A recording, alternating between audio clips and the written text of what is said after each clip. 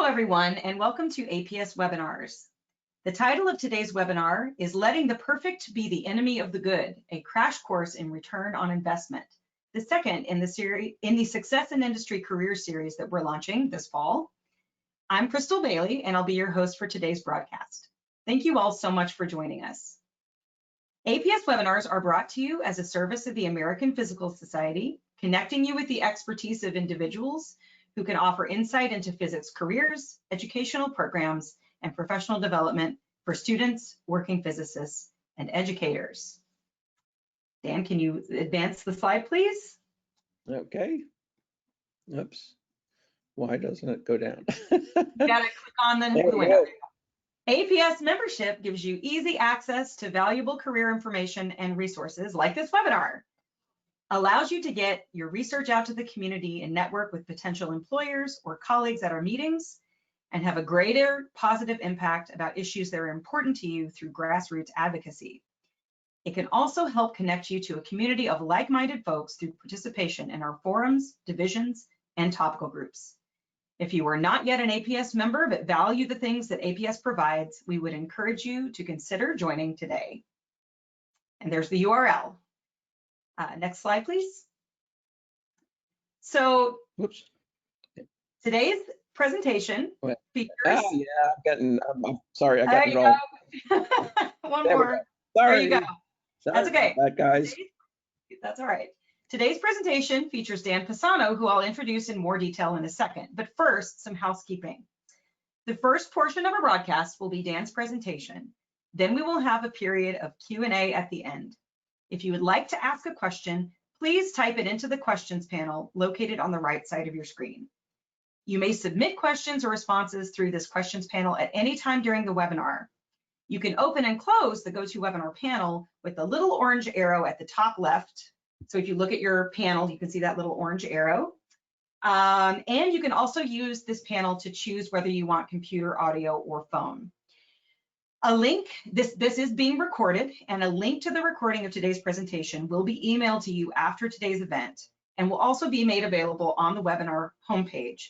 But it will take us about 48 hours to upload the recording to both the email and the webpage. So please allow 48 hours for us to prepare that for you. We also encourage you to complete the survey upon exiting so that APS Webinars can improve its ability to provide you with these valuable services. Next slide, please. Also, before we dive in, I want to mention that we do have some broadcasts coming up that are part of our Success in Industry Career Series. We have an upcoming panel discussion on October 13th, which I'm really excited about. It's going to bring together folks from a wide variety of fields and roles, from semiconductor to data science industries to AMO physics in the aerospace and defense industry, and entrepreneurship in the medical physics field. We're going to bring a bunch of people together to talk more about the kind of skills that prepare them for those careers. So it's going to be a really exciting panel. You should definitely tune in for that. We've also got some great topics being planned for later in October and even into November on how to use communication to manage effectively up, down, and sideways, and everything you need to know about intellectual property, patents, publications, and trade secrets. You will not want to miss these great discussions. So if you have not already done so, please sign up for our main webinars mailing list. If you go to that URL and check the Success in Industry Careers box, and of course, additional topics if you're interested, and you will be added to those lists and will never miss a notification about those broadcasts. Okay, now, last but not least, I will introduce our speaker, Dan Pisano, Director of Industrial Engagement at APS. Dan got his PhD from Yale University and also did a postdoc there where he worked with over 10 Nobel laureates in physics, chemistry, and engineering. His first job in industry was a bit of a crash course where he was charged with building a practical tomography scanner for the world market from scratch at EMI. Since then, he's worked at many companies ranging from startups to billion-dollar enterprises. He was a senior executive at all these different organizations and has worked as a consultant for several companies focused on strategic planning and improvement. In his role at APS, Dan is working on making APS more relevant to private sector physicists a task which, according to him, relies crucially on building relationships with undergraduate, graduate, and early career physicists, since, as my talk that I gave 2 weeks ago revealed, the vast majority of all physics graduates will become physicists working in the private sector. So with that, Dan, I am going to stop talking and turn things over to you. So take it away. Okay, thank you, Crystal. Welcome all. I'm Dan Pisano, and I'm going to be talking. The title of the talk today is really "Letting the Perfect Be the Enemy of the Good: A Crash Course in Return on Investment." It's a very wordy title for a concept which is actually simple in some respects and complex in others. By way of introduction, the objective of this particular webinar is to bring to your attention the fact that there's a term, return on investment, that is used very frequently in the private sector, and not so frequently, certainly in research. It's probably used all the time at the administrative level in universities. We're going to illustrate the concept with 4 simple cases. I've chosen cases from my own experience, things that I've actually been involved with. The simple resistor, resolution of an imaging system, federal agency call centers, and importance of systems optimization. Okay, first of all, let's talk about what is return on investment. If you were taking a CPA exam, there'd be a very precise definition that you'd have to repeat to get the answer correctly. However, for our purpose, it's a very simple concept. It's the benefits you get divided by the costs that you spend to get those benefits. And the benefits include things like profits, satisfied customers, improved reputation, and so on. Essentially, anything that's good goes in the denominator. And the costs are the cost to design and develop whatever it is you're working on, the cost to manufacture it, the cost to service it. Basically, frequently the cost of poor service is also included in there. And ideally, the ratio, the return on investment, is a large positive number. The larger, the better, obviously. So a point that I wanted to make here is that in industry, you sometimes hear of a threshold being set. The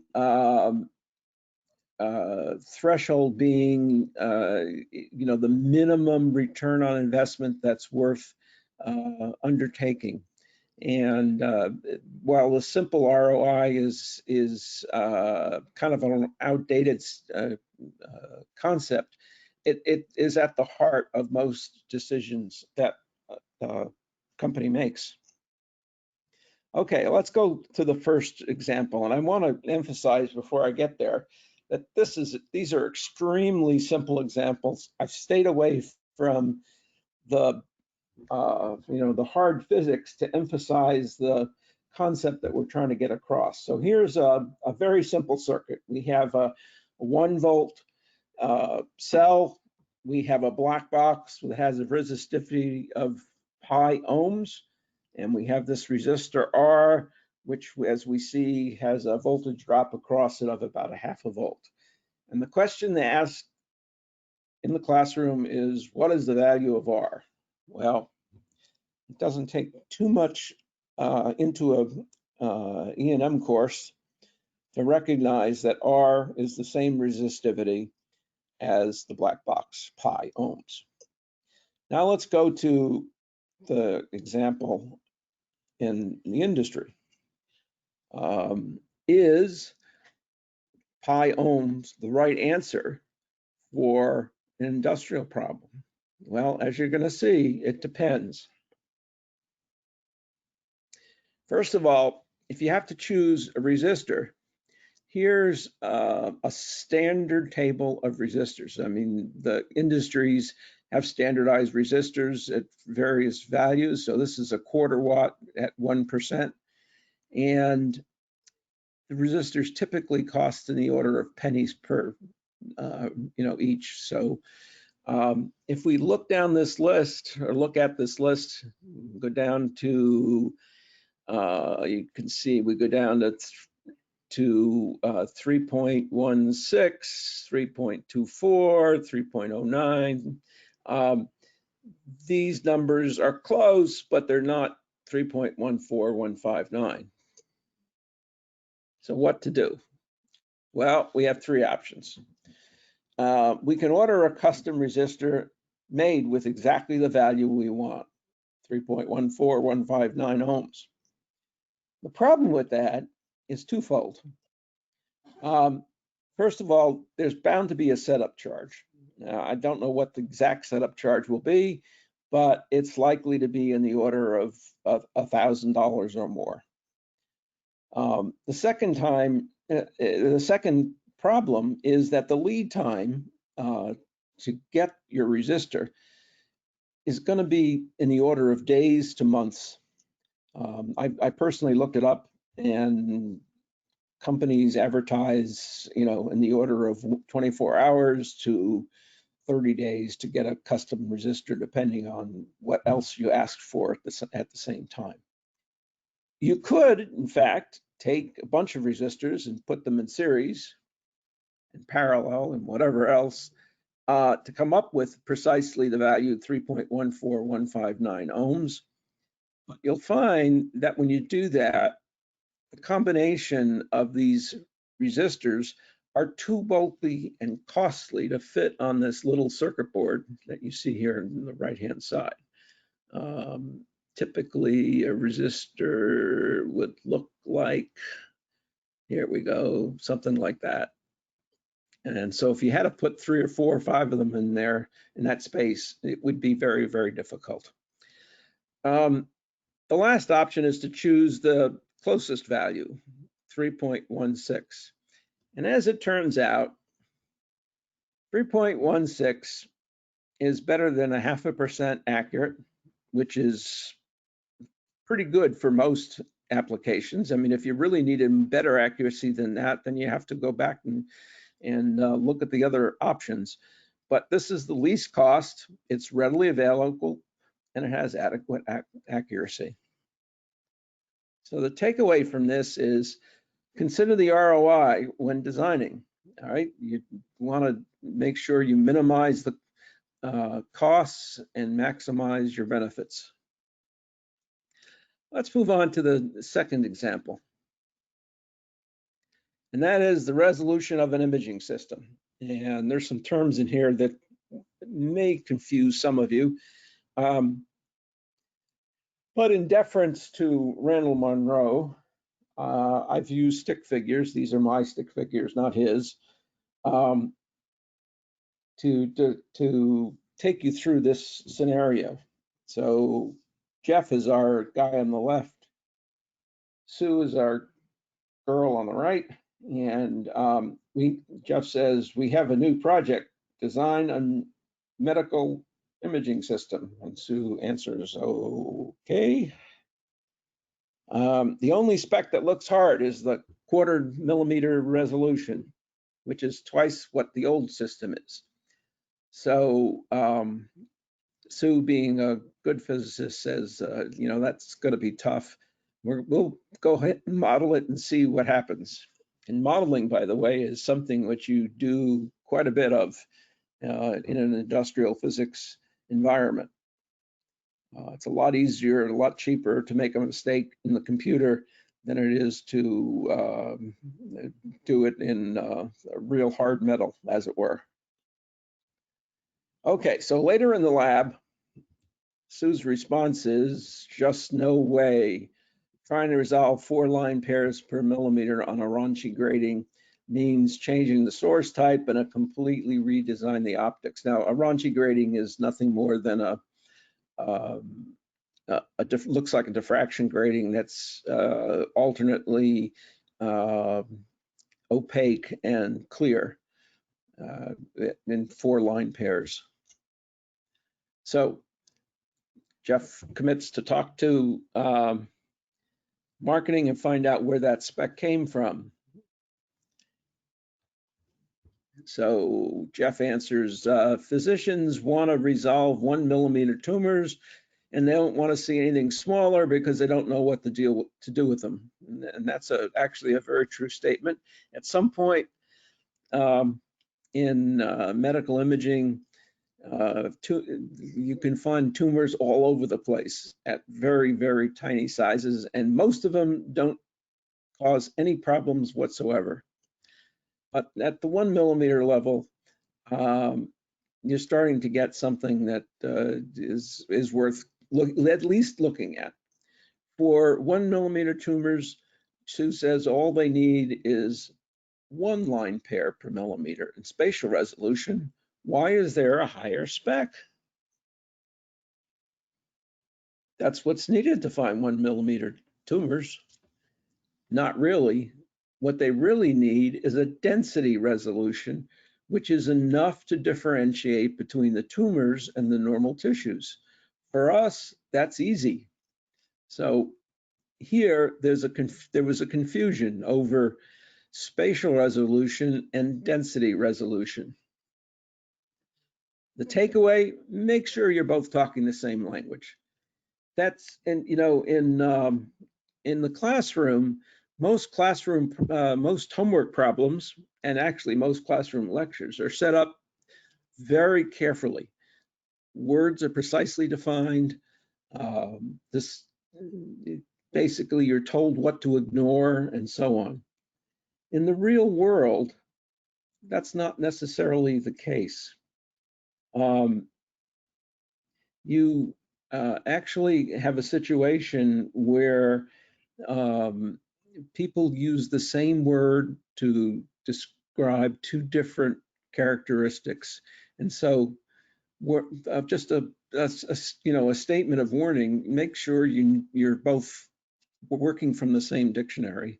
And if not, the ROI is likely to go out the window. All right. Next, we'll talk to a case that I personally have been involved in, which really illustrates the importance of data science. That has to do with the federal agency call center. All right, agency call centers. That's where operators sit and answer telephone calls typically, although more modern ones will answer texts and emails. And they answer clients' questions, whatever they happen to be associated with that call center. This particular agency had 1,500 call centers throughout the world, all staffed by government employees. An enormous problem and actually central to the agency's mission. The agency noticed that the average cost per call was $60. And this was determined by taking the total costs of running those 1,500 call centers and dividing them by the number of calls. And the industry average is more like $4 per call. The agency's conclusion was, we better outsource these call centers to commercial operators so we can save $54 on every call. Now, the cost of outsourcing is going to be in the order of billions of dollars, money that you and I pay taxes to help support. And the real question is this a good investment? Will it return what the expectation is, $54 per call? Okay, so looking at it like a physicist would, basically show me the data. And when you look at the data, I've oversimplified it here, but there are 1,498 call centers where the average cost per call was in the order of $4. there were 2 call centers where the average cost was in the order of $1,000 or more per call.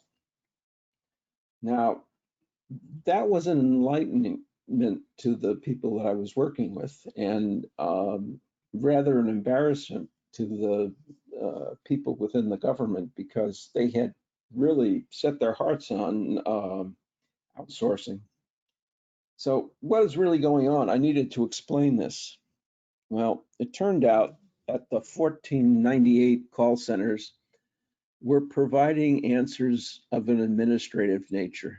There were things that, there were questions that the answers could be written down and provided to the caller very quickly, especially after the call center operator was well trained. However, those 2 call centers that were greater than $1,000 per call had some good reason why. One of them was a suicide helpline that was answered by psychiatrists that stayed with the caller until the crisis was resolved. And sometimes that was many hours.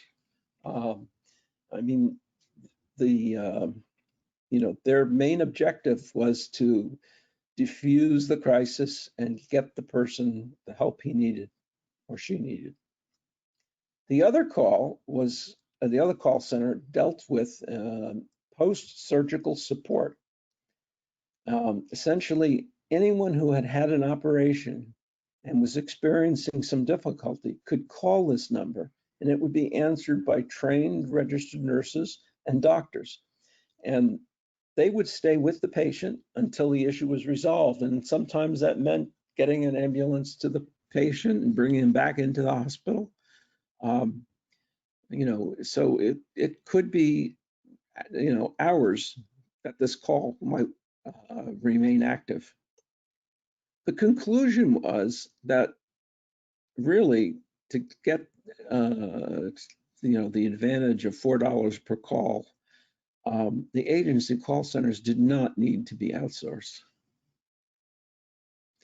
Main takeaway, and I think this is something that everyone in physics ought to do if they're, especially if they're going into industry, is constantly ask, show me the data. Please show me the data. Tell me so I can understand what the problem is. Without the data, it's very difficult. Okay, the last case I have is I've called it the level-headed beam. So this one, I wasn't involved personally at the middle of it, or at the beginning and the middle of it, but I was involved at the very last step, where the person I was talking with invited me over to show me what the result was. So it had to do with constructing a multi-story building. So on the first floor, there was 2 concrete pillars. Should be able to see this green, and a central a pole that supported the center of a long steel beam, steel I-beam.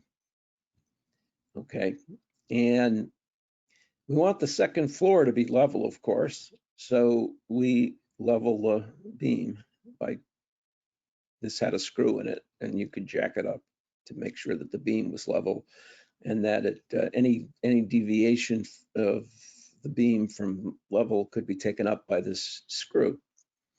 This was a ground floor building, by the way, no basement. Okay, so now we add a second floor, and you can see here's it's identical to the first floor.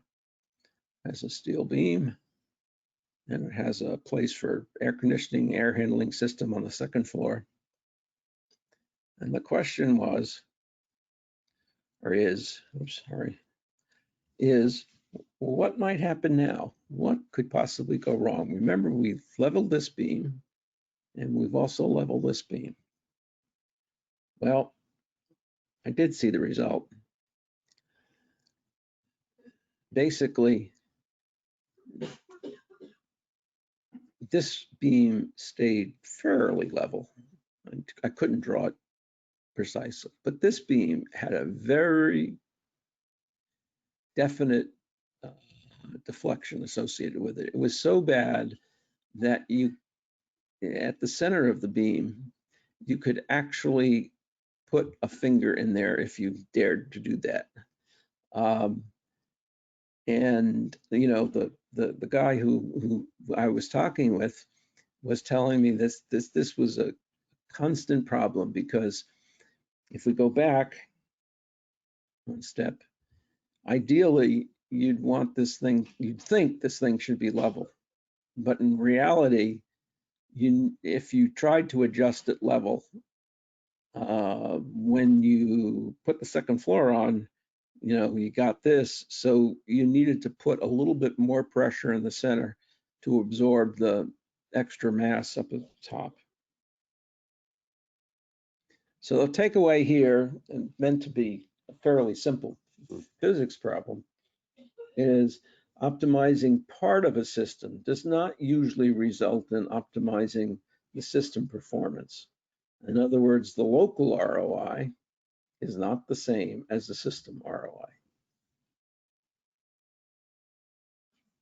All right, so I've repeated the 4 conclusions, but very simply, one is you have to be aware of the ROI when designing. All right, you need to constantly in industry keep one hand on the costs and the other hand on the benefits, and make some decision as to where it's worth stopping on your path to perfection. It's very rare that the answer that you produce from solving the physics problem in the industrial world is actually the answer that you end up incorporating in the design itself. Second point, very important, check that you're both speaking the same language. Differences in specifications and the meaning of specifications could cause ROI errors that are just enormous. The third one is one that, frankly, as a physicist, you ought to ask anytime anyone throws a problem at you is, show me the raw data. Show me show me how you got from A to B. And the data really frequently speak for themselves. And the last one, which is probably one of the most difficult ones when you've got a complex system, is you want to optimize the system at the system level. You don't want to sub-optimize at the subsystem level. So in conclusion, you really should know the context of a problem and not let the ROI go out the window.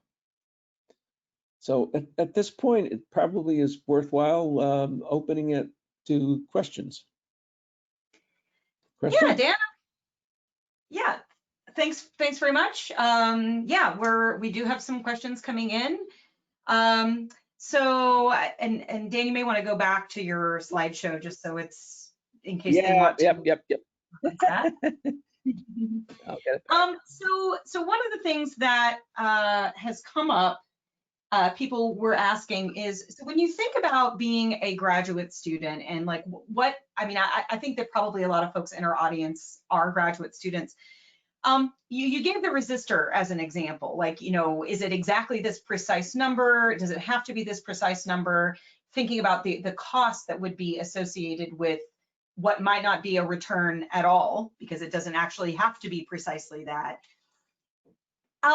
In an academic environment, is it really the case that a lot of folks leading research don't think in those terms? I mean, can you think of some ways that academic culture doesn't prioritize return on investment?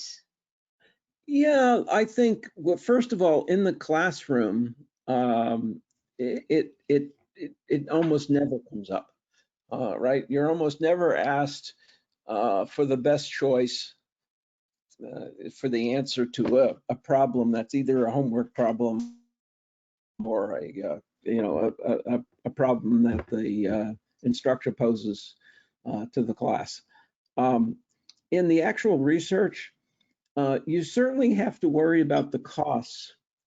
But in my own experience in research, you generally don't deal with the benefit side. I mean, you know what you need to get to be able to do the experiment, and that's the level at which you shoot for.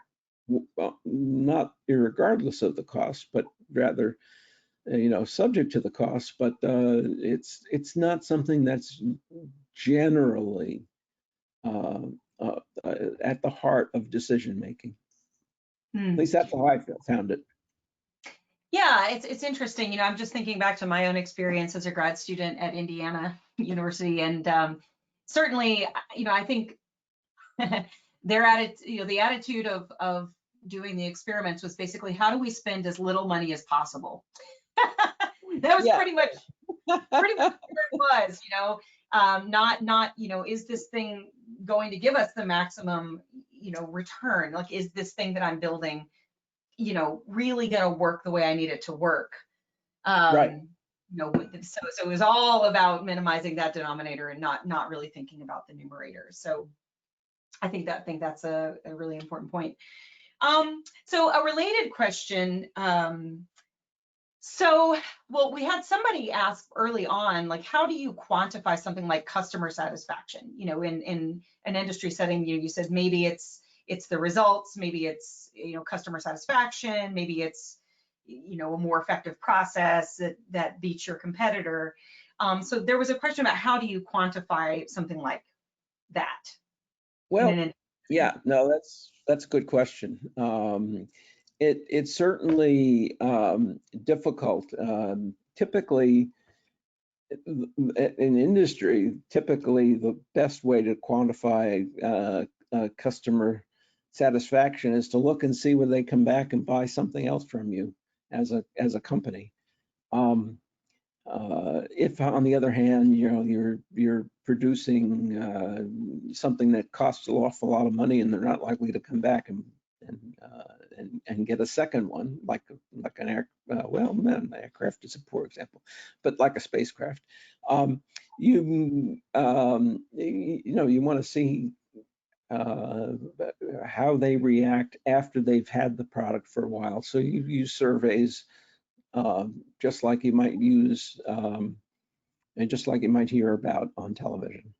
So that's the only answer I can give is to, you basically survey the customer, talk to the customer afterwards, and with a select set of questions, and figure out just how things are going. Yeah, it also kind of reminds me in some of Peter Fisk's webinars that he did for us over the summer, which you can find on our webpage. I can send the link out in the chat, but about doing that market research, how important it is to actually meet your customer or meet your potential customers, people who might become your customer, meet them where they are, talk to them about what their needs are, what their quote unquote pain points are, but also those who use your product, really trying to follow up with them and understand what they like about it, what they don't like about it. I can also give you an example from my experience being involved in a member organization like APS.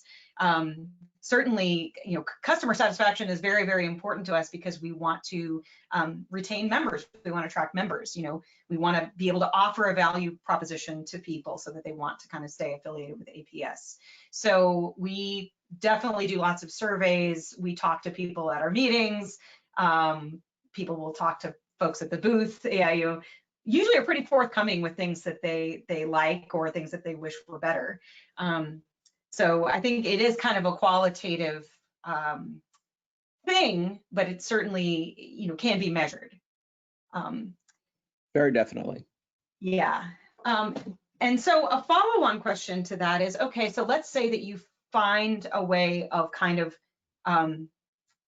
understanding what your return is, what you've gotten back, how well your process is working. And you also have some sense of what it's costing in terms of money, in terms of time.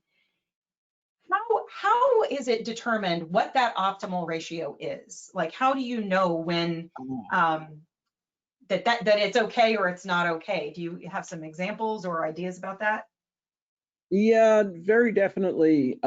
Certainly earlier on in my career, companies used to fix on or 5-to-1, 3-to-1 as being the minimum threshold for a project to go forward. In other words, that you would earn back 3 times what it cost you to deliver it, to deliver the final product. Today, companies have gotten much more sophisticated, and there are other parameters or other ratios that are used in determining whether something is good for investment or not. I mean, in particular, on the top side for benefits, things like not just the items I mentioned, but also future benefits. Where does this take us in relationship to our strategy? Does it open up new doors for us? And so on. So there are much less tangible benefits that are thrown into the equation.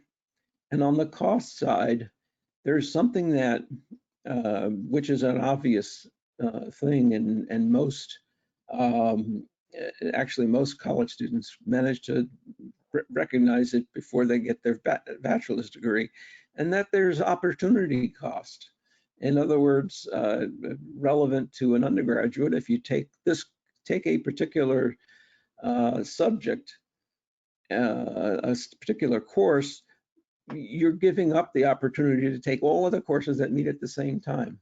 And similarly, when you embark on a project to produce a product or deliver a service, you're choosing to do this at the expense of other opportunities that may be out there.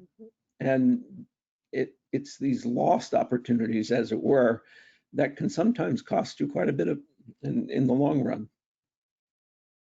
Mm-hmm. Yeah. Yeah, I mean, it really comes down, getting back to my strategy issue, it comes back to, how does this fit into the strategy that I want to embrace for taking the company forward? Uh-huh. Yeah, right. So some sort of tie either to your goals or, the profit you want to make, or in the case of APS, your strategic plan. Yeah. Yeah. Okay, great. So we have another question that came in.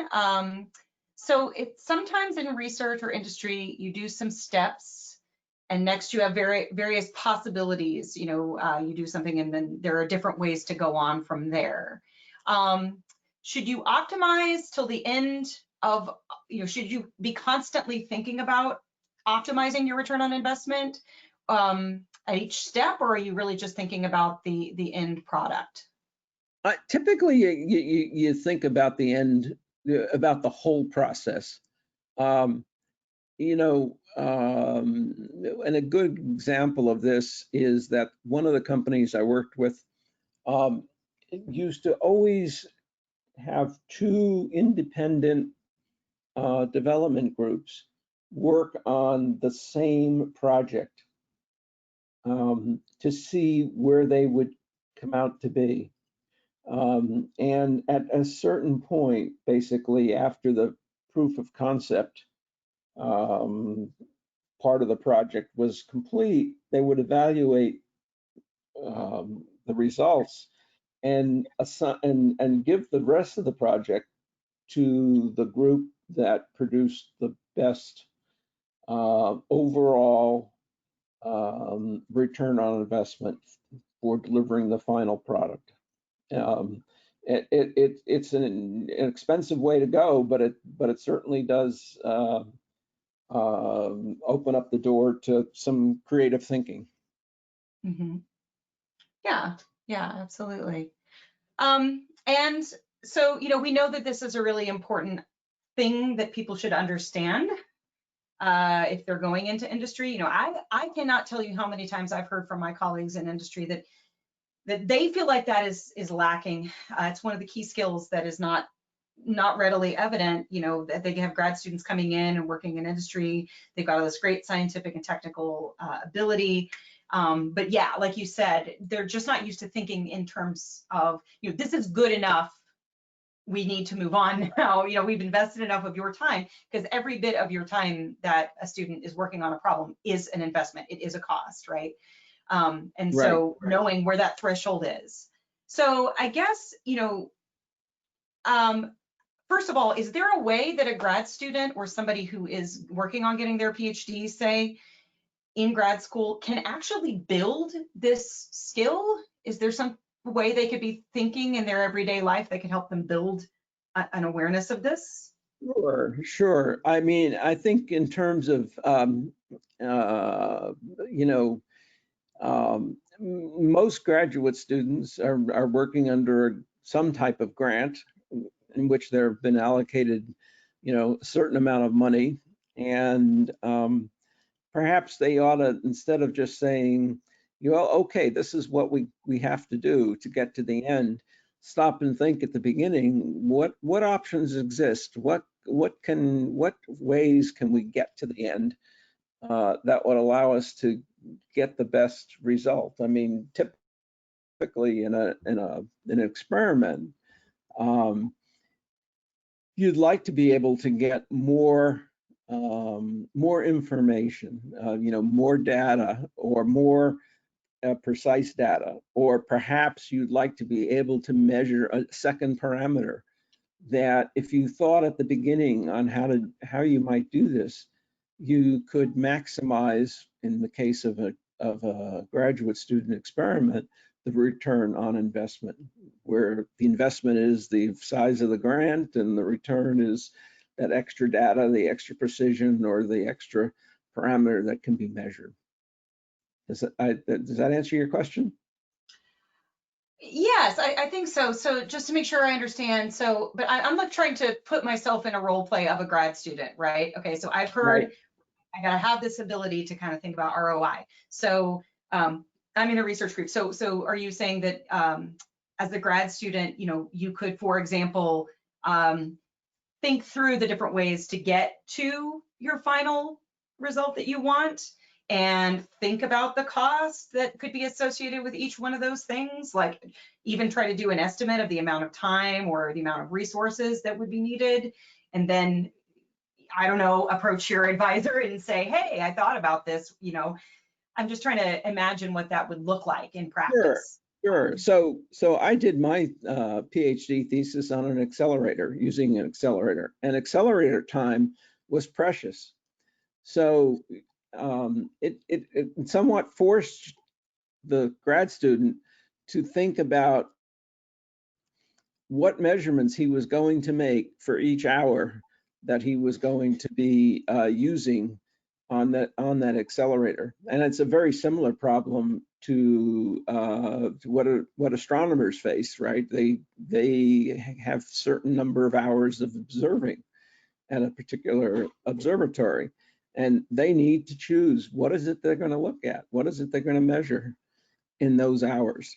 And whether if you've got a benchtop experiment in a lab somewhere, there's a limit to how much you can sit there and measure, and you want to know what do you want to get at in the least possible effort. So Yeah. I think if you think about it in those terms, you start to develop skills that are quite applicable to the dollars and cents results that you have to deal with in industry. Yeah.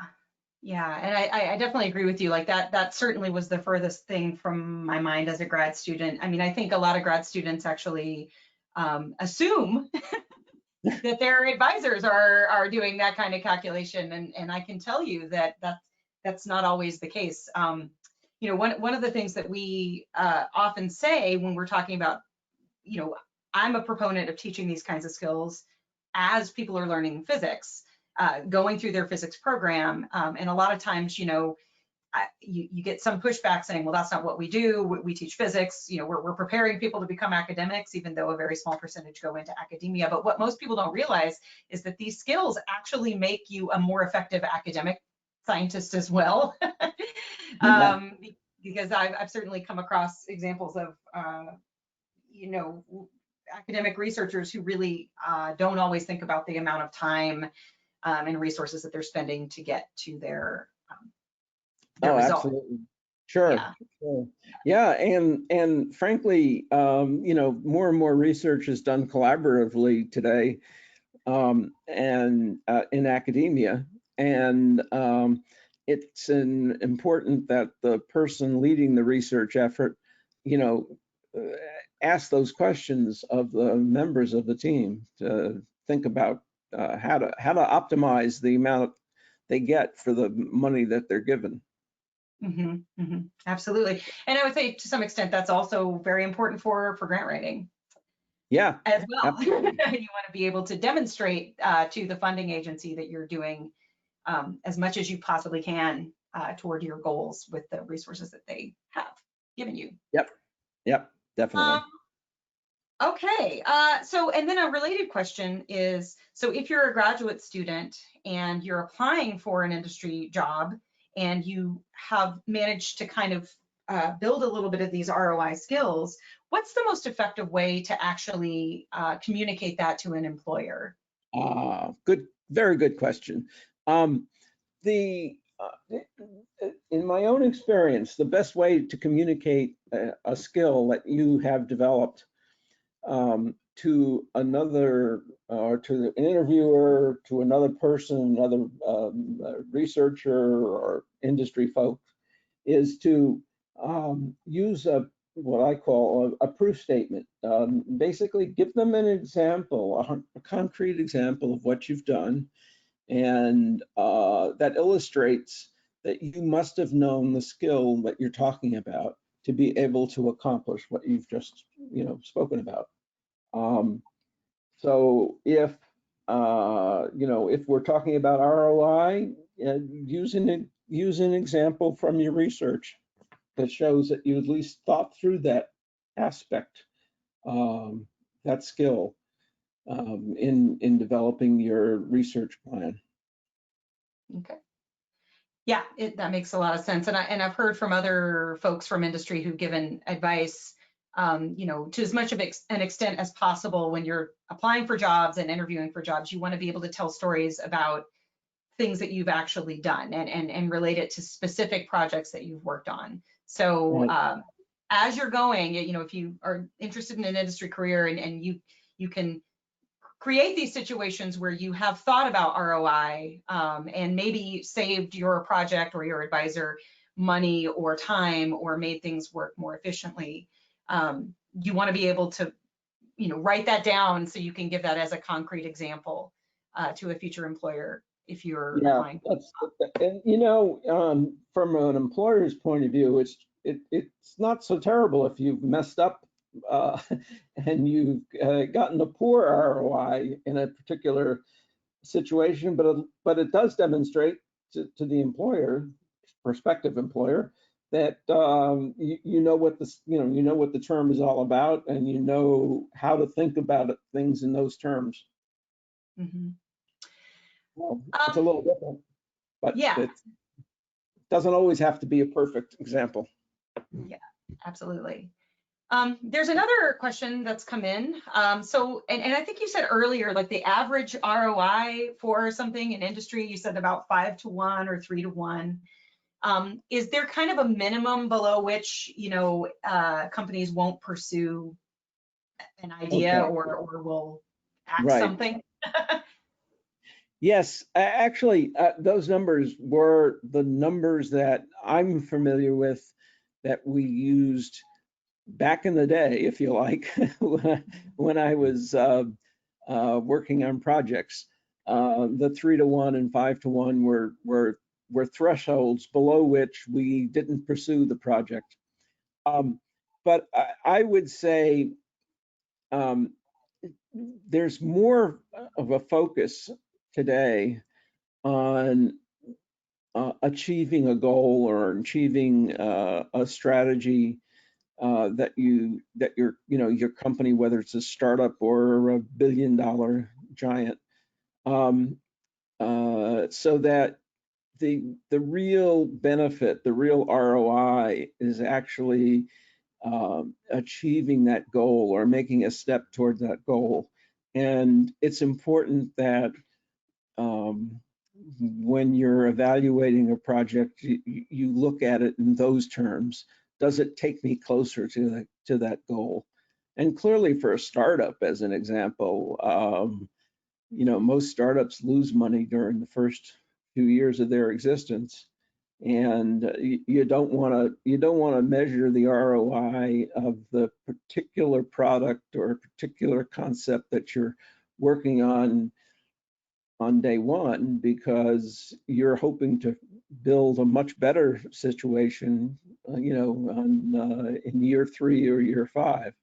So it's the longer term thing that makes more sense today. Absolutely. Yeah, you certainly hear lots of entrepreneurs kind of talk about the valley of death or whatever it's called. Yeah, where you're severely in the hole. Right. And you have to come back from that. You want it to be profitable after a few years. Yep. Companies have to go through that kind of birthing pain. Well, it looks like we might be out of questions unless someone else in the audience is dying to ask another question. Type now or forever hold your peace. And if not, we can go ahead and wrap up this webinar just a little bit early. So if you don't have any additional questions here, but you think of something, certainly you can send an email to webinars@aps.org. We will either answer your question or forward your question to the speaker for comment. A recording of this presentation will be sent to you via email and will be made available on the webinar homepage. We do ask that you give us about 48 hours for upload. And if you could please take a moment to give feedback as you leave today by filling out the short survey. It'll launch just as soon as you leave the session. And thanks everybody for joining us today. We really have appreciated your participation in this discussion. And everyone have a great day. American Physical Society, copyright 2020, all rights reserved.